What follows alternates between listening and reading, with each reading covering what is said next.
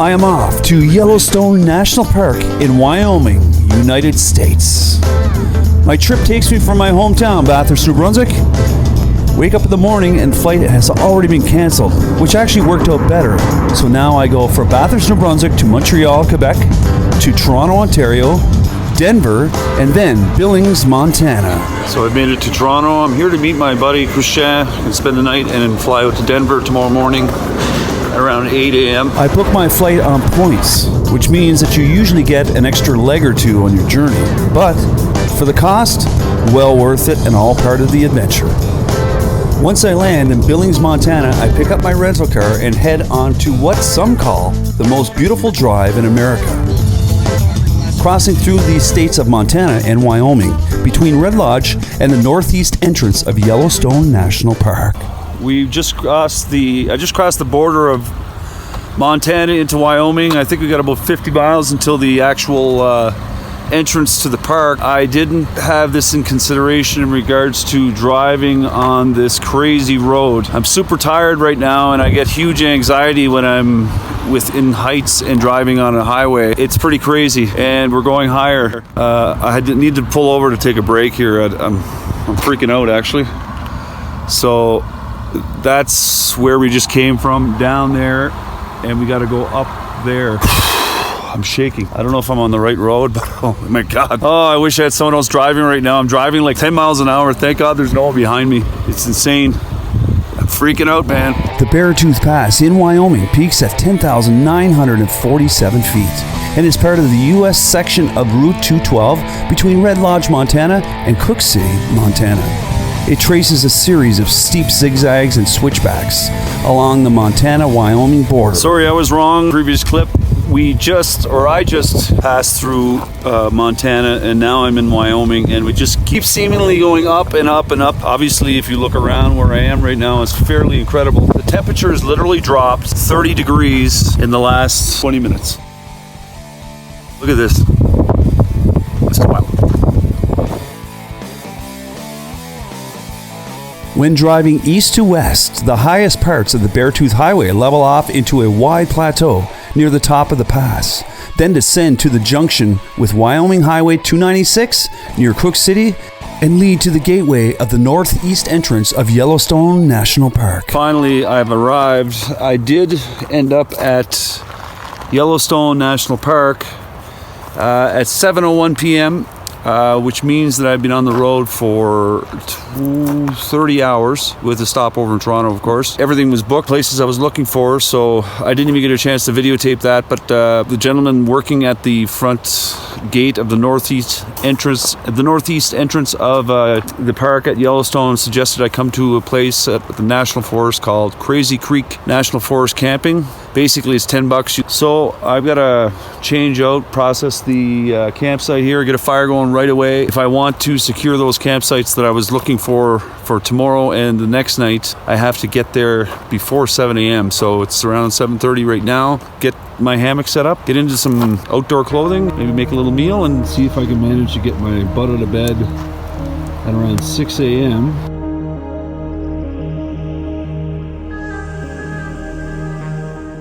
So I'm here just outside Yellowstone National Park at Crazy Creek National Forest Campground. Just finally be able to chillax. This is unbelievable. I just can't even imagine what I'm about to see and do. Can't wait to go fishing. No one knows where I am. No one that I know. There's no cell service. I met some people here, but they don't know who I am. I'm completely out of touch with civilization. So I pack up my gear at Crazy Creek and head to the northeast entrance of Yellowstone National Park. The drive on the way is absolutely spectacular, and I can only imagine what else I'm about to see.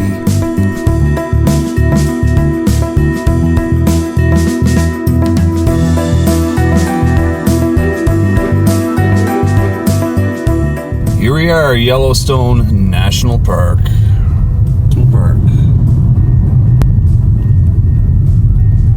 Right. There she be. So I get to the northeast entrance. He told me to get here before 7 o'clock, and it's not even friggin' open. I'm going anyway. Just entered the park, and this is my first encounter with a bison. Never seen one before. Do not attack. I'll let him go on his way. Look at this place, man. It's crazy. Upon arriving and going through the northeast entrance of Yellowstone, it's apparent there's going to be an abundance of wildlife. My goal is head towards the Lamar River Valley to acquire a backcountry permit for camping and a fishing license. But first, you have to show up at the ranger station only 48 hours or less from your intended departure time to acquire this permit. It's first come, first serve, and a very limited amount of backcountry campsites. The bison are finishing up their rut, and the elk are starting, and so they're more aggressive than normal. They're completely testosterone driven, so unpredictable. So what we're asking everybody to do is give them a lot of extra room. 3L2 for tomorrow night, and 3L8 for the next night. So if you look on this map, here's 3L2. Yeah. The second knife will be about another 8 miles. We figured up here to 3L8, coming out 12 miles to get back to your car. Okay. So as you can see, I got my campsite, and I'm also reserved for my backcountry excursion to Lamar Valley. I'm pretty pumped. Kevin at the ranger there at the ranger station had mentioned perhaps I go for 3 nights, but Friday looked like it was going to thunderstorm, and judging by that 12-mile hike on the way back from my second campsite, I don't feel like getting caught in a thunderstorm in the backcountry. I'm not that young anymore, and I want to be smart, make sure that safety comes first. So I'm pretty pumped about it, and I'm going to try to find a campsite right now because everything's booking up, and he suggested I go to a place called Tower Fall. So we are set up at Tower Fall again here. You can see my tarp right there, and then the hammock is underneath. I'm going to try that again. Last night I had a hard time getting in there. I've got a screwed up rotator cuff, so it was kind of tricky, but I think I got it figured out, and I'm going to try it again tonight. Campsite set up here. I had a coffee. I hope I see wolves. So I have a little supper going, a little bit of rice on my awesome stove. Got a fire going today with my flint. Finally, I am en route to what I came here for, Yellowstone National Park. Fishing, deep backcountry, camping, solo on the Lamar River Valley. Some of the best cutthroat fishing in America, and some of the most abundant wildlife you'll see anywhere. I won't lie, I'm a bit apprehensive with the thought of grizzlies, bison, and wolves running around while I'm camping out there solo, but I think I should be okay. When driving through Lamar Valley, maybe take your time, and if there's a multiple of cars pulled over, it's for a reason. They're looking at either grizzlies, wolves, bison, or all of them at the same time. No lie, this place is pretty crazy. So I am off officially. I'm on the Lamar Trail, another beautiful day. I'm pretty pumped, and I'm pretty happy about my pack. A lot lighter than it was last year at Yosemite. Yosemite, they make you carry a bare food storage, so this is a lot better. I should be okay, and it's going to be even lighter once the couple of days are over with. Let's continue on and have an awesome time.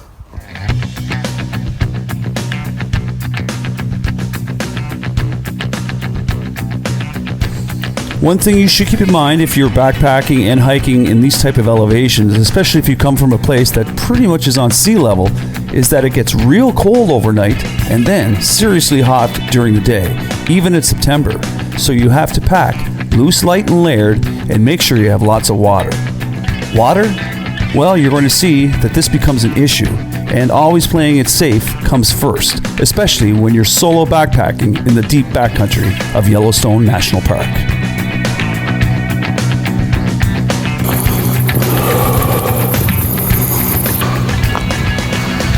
I'm literally 500 yards down the trail, and I can already tell that I'm going to definitely need to shed some clothing.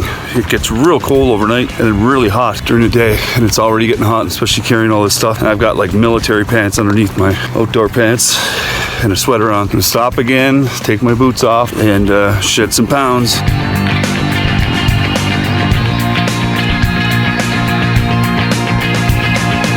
So I'd say we've done a mile, or I've done a mile. Well, actually they have too. There's a German couple behind me that are just doing a day hike. So my first day hike is 4 miles, and then tomorrow it's supposed to be 8 miles, which makes it 12 total, and then Friday I've got to hike back the duration of the 12 miles. It looks like thunder showers on Friday, and that's why I didn't want to do the 3 nights out here. Man, I don't know, do one hell of a day, 12-mile day. My pack will be lighter. I want to get my campsite set up here, just get set up and check it out, do some fishing this evening. It's hot, and it's getting hot too.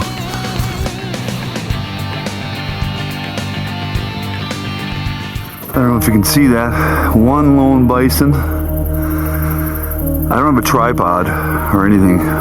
Totally commando here. And then if you look down the valley,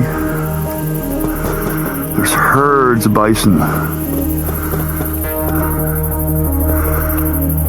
It's hard to see. I don't have a zoom lens either. And now I'm looking forward to seeing what's on top of this little ridge here, this hill. And hopefully it's downhill. I'm gonna need some water soon. I've got my life straw, so I'm gonna have to filter some water. Onward and upward. Look at that for a view. I think my German friends have turned around. I think they were a bit disappointed that the trail didn't follow the river either, but I think they took the wrong one, because I believe there is one. Anyhow, I think I may start to descend here shortly. Perfect. Holy fuck. That scared the hell out of me. Look at that. That's a bison head. Freaky. Holy shit. Never seen that before. Wow. Looks like she's picked clean, bro. Wow. That's wild.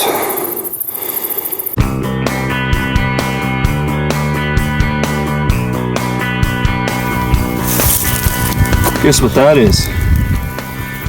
Damn fresh bison shit. Guess whose footprint that is? You guess right. Didn't leave much of a mess, but I felt it. Going along this hillside here, consistently going up and up and up. The river is that way. I thought the trail perhaps might be following the river a little bit more, and it's getting kind of warm. I'm hoping we start to descend, or I start to descend soon, because I'm going to need a break and some shade. Total 4 miles, so it can't be that far. I think it's just right down there. There, if you can see it. Let's hope. For sure I've gone a couple of miles at least. I have a feeling it's just down there, so not too bad. Once it gets settled and everything and rested, might even take a little dip into the Wawa.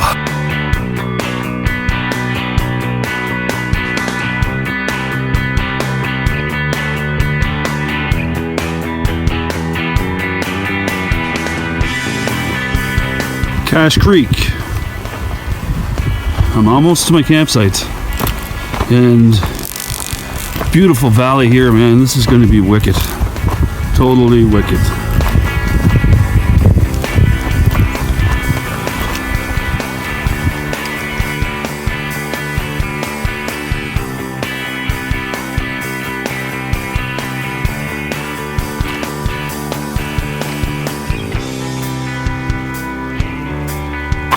Gonna get wet.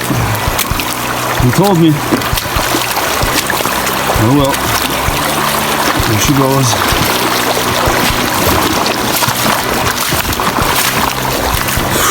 Not too bad. Water's actually warm. There, across Cache Creek. My campsite for the night, 3L2. Awesome. Well, this is the trail to it anyway.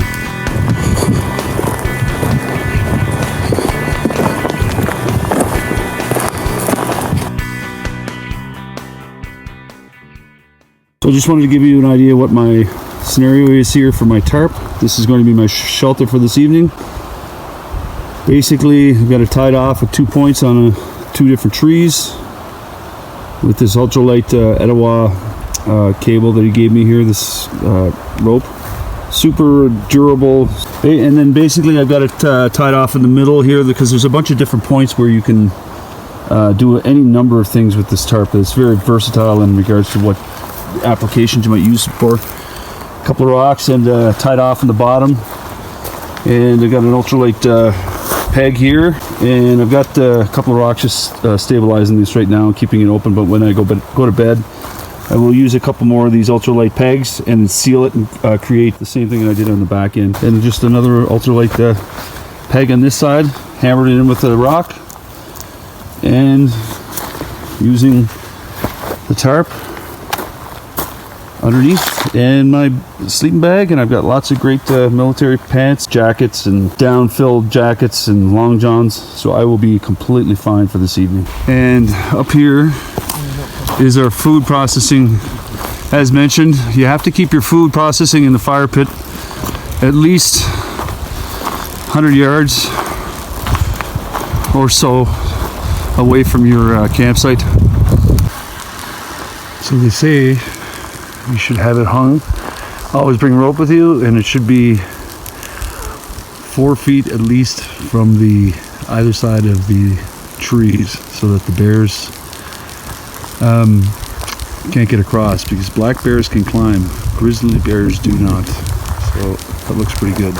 So we're heading down to the Lamar River Valley, and when I got into my campsite, the occupants were still there from the night before. Yohai and his buddies, they're from Israel, living in New York City, and just happened to be doing some backcountry camping, and they were about to take off, but then I mentioned to him that I'm going fishing, and he wants to see if he can catch a fish, so we're gonna see if we can get one. Yeah, hopefully. So we'll see what we can attract here. So the main river's right here. You were already out here. Yeah. Okay. Man, it looks beautiful. Over here, to the left. To the left? Yeah. It's a little more here. You see it? Oh, okay. Yeah. Bushwhacking.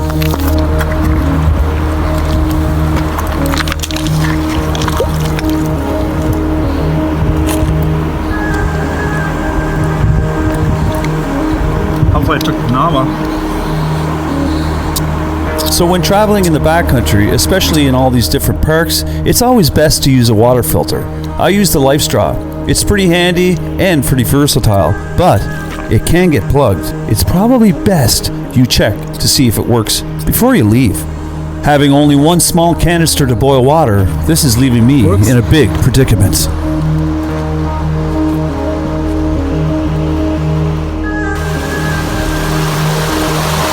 No one for miles.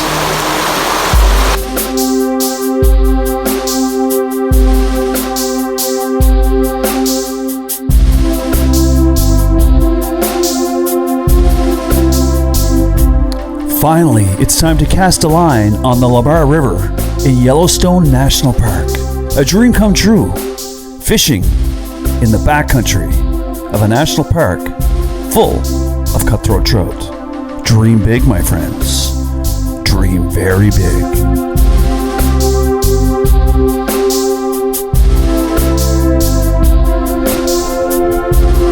You got one?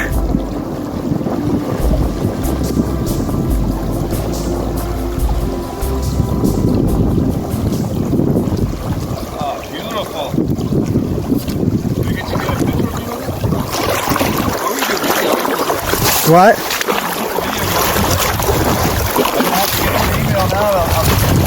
Yeah. That's awesome, man. So you want to try fly fishing? A second. My line. Unreal, man. Oh, wow. There's lots of fish in there. Yeah. Oh, great. My rod just fell apart. Look at that baby. Here, baby.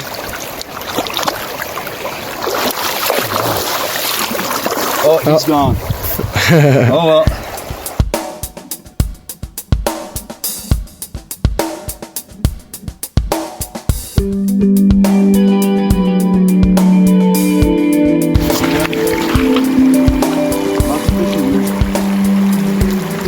So I've been here for... How long have you been here? 15 minutes? I've hooked 2 and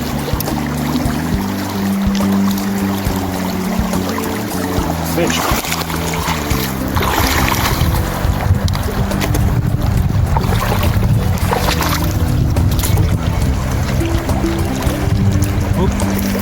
got unhooked. Oh, he's going. There he goes. They're slippery, eh? Yeah, super slippery. Oh. Wow. All right, here you go.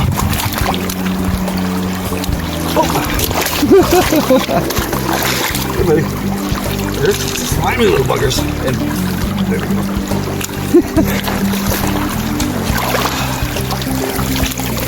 Anyway. All right. They're strong, man. Better let them go. You got him? Yeah, I'm gonna get a picture. Got it.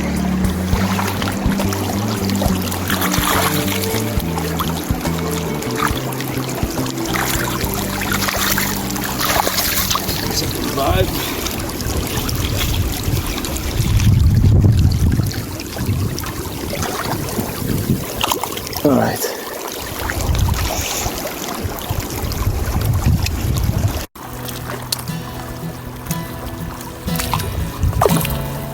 There he goes.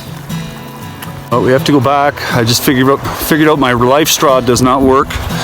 So that means I have to boil water. I have no boiled water right now and I'm thirsty as hell. How do you say your name again, man? Yohai. Yohai. Yohai has been nice enough to give me some of his water. But they're taking off is the unfortunate thing. So I was able to hook 5 fish. I landed 3, or the first one I kind of didn't land, but anyhow, that was pretty successful. I think I got Yohai intrigued about fly fishing. What do you think? Yeah, absolutely. It's pretty cool, eh? Yeah. Those are beautiful fish. Those are the first cutthroat trout I've caught. So I'm gonna head back to camp and try to boil some water, and maybe I might head back later on this evening to do some more fishing. So we're on our way back to our campsite. Oh, it's great meeting you guys. So you can catch them on anywhere right on the main road there too.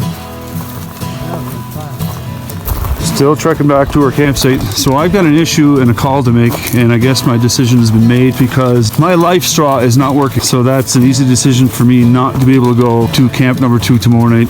There's no way I can hike another 8 miles tomorrow and then 12 miles on the way back. I only have one small little cylinder. If I had the life straw, I could just drink unlimited amounts of water out of the river. That's not the case. So I gotta go start boiling water right now. I'll see you guys in a bit. Here's my camp. So, this is night number 3. I am in the Lamar Valley at my outback campsite. The guys from Israel left, and I'm all by my lonesome. Miles from civilization for sure, and miles from anyone else. Here's my supper for tonight. I think I'm gonna have a little bit of, what do I got here?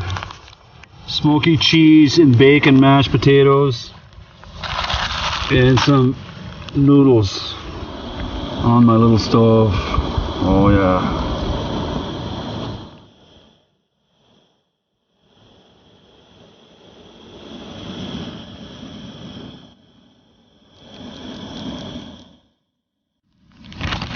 Potatoes are ready. Gonna add a little bit of salt and pepper.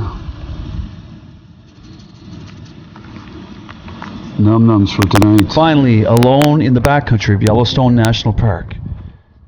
Judging from the amount of wildlife tracks, I know that there's tons of moose, grizzly bears, elk, bison, wolves right around me. Yeah, so I haven't shown this, but there's a ton, and I'm talking a ton, of wild animal tracks everywhere. All over the place, wherever you look.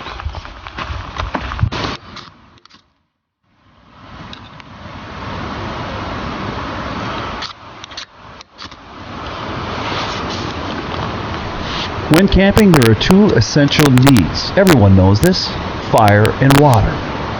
It's amazing how that fire will make you feel when you're alone in the backcountry, when you know there's grizzlies, moose, wolves, and whatever critters are around you. But when you have to put that fire out, the sun goes down and the moon is high, I know there's critters around. I sleep with one ear open, bear spray, and a knife, just in case.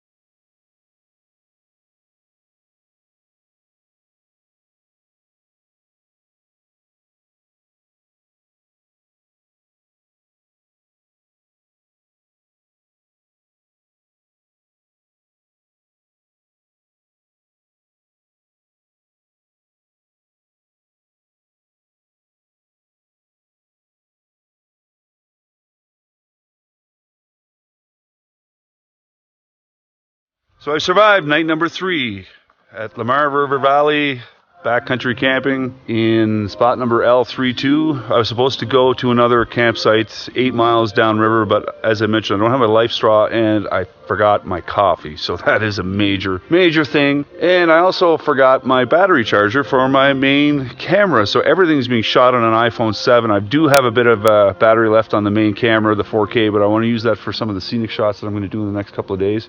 Had a great sleep. No critters around my tarp last night. Definitely heard them all night. There's a lot of movement around in the woods. The only thing that really bothers me is the grizzly bears, because I've never really encountered one of them, so I don't really want to encounter one of them because it was pitch black last night, and my tarp is like, it has to be like 150 yards away, so pitch black over there. Boiling some water right now for the trek out, and gonna clean up camp. I got my stuff semi-packed here, and going to see what else Yellowstone has to offer once I get to the trailhead. But it should be a cool hike out back, and it's only I don't know, it's only 4 miles, so should be lots of fun. We'll see you on the trail. Pretty wild. Right by my campsite, there's a big bison right there. You can see it. I thought it was a grizzly at first.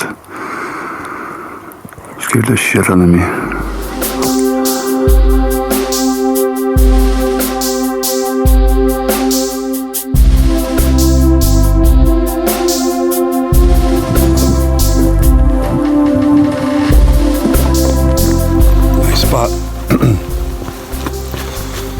So just started my hike, and this is where I saw that big bison. I don't know where he is, but they're in rutting season apparently, so definitely don't want to piss him off. Nice spot here.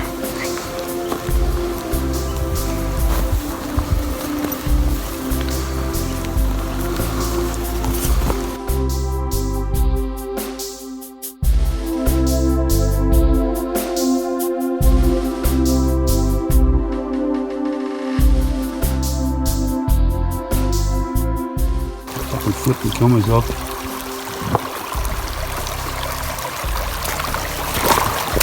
Yeah, I'm gonna get wet. As I get wet.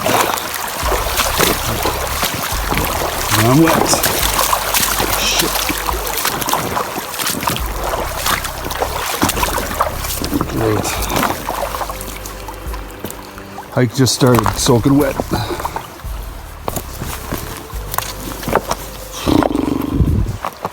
Later.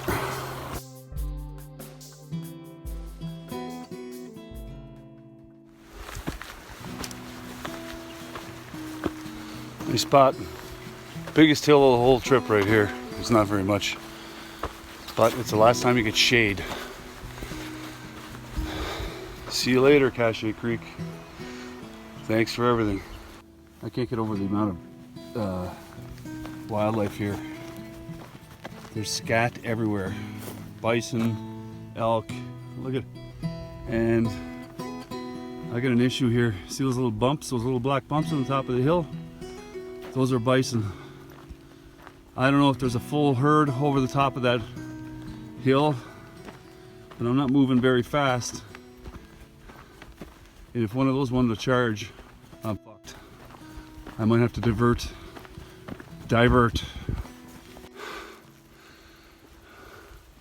That's a big bull. You see that? Bison right there.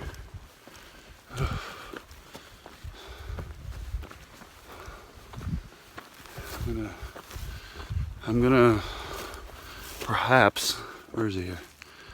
Right there. You don't look that close, but he's close. I'll just continue moving on. I hope there's no more on this trail right here. Wild bison. This is not a zoo.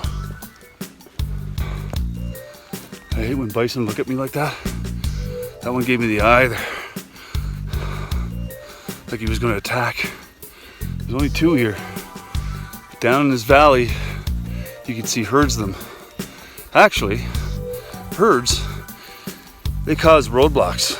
Check this out. They're scrapping right in front of the cars. Holy shit.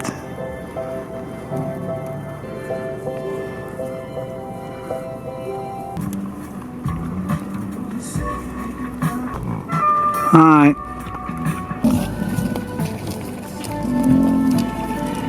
Don't hit my car. Oh God.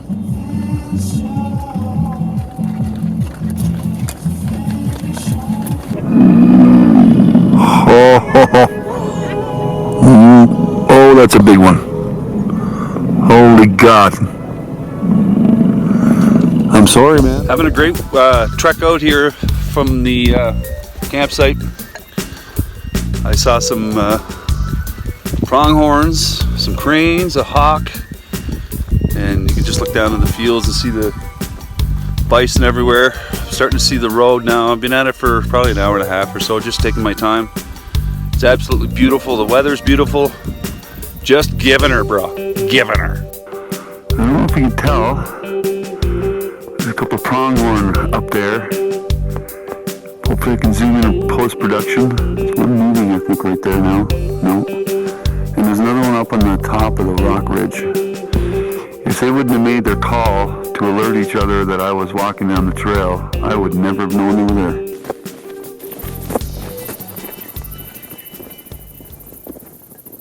Some cranes out in the field. Look in the background. Bison. Sweet.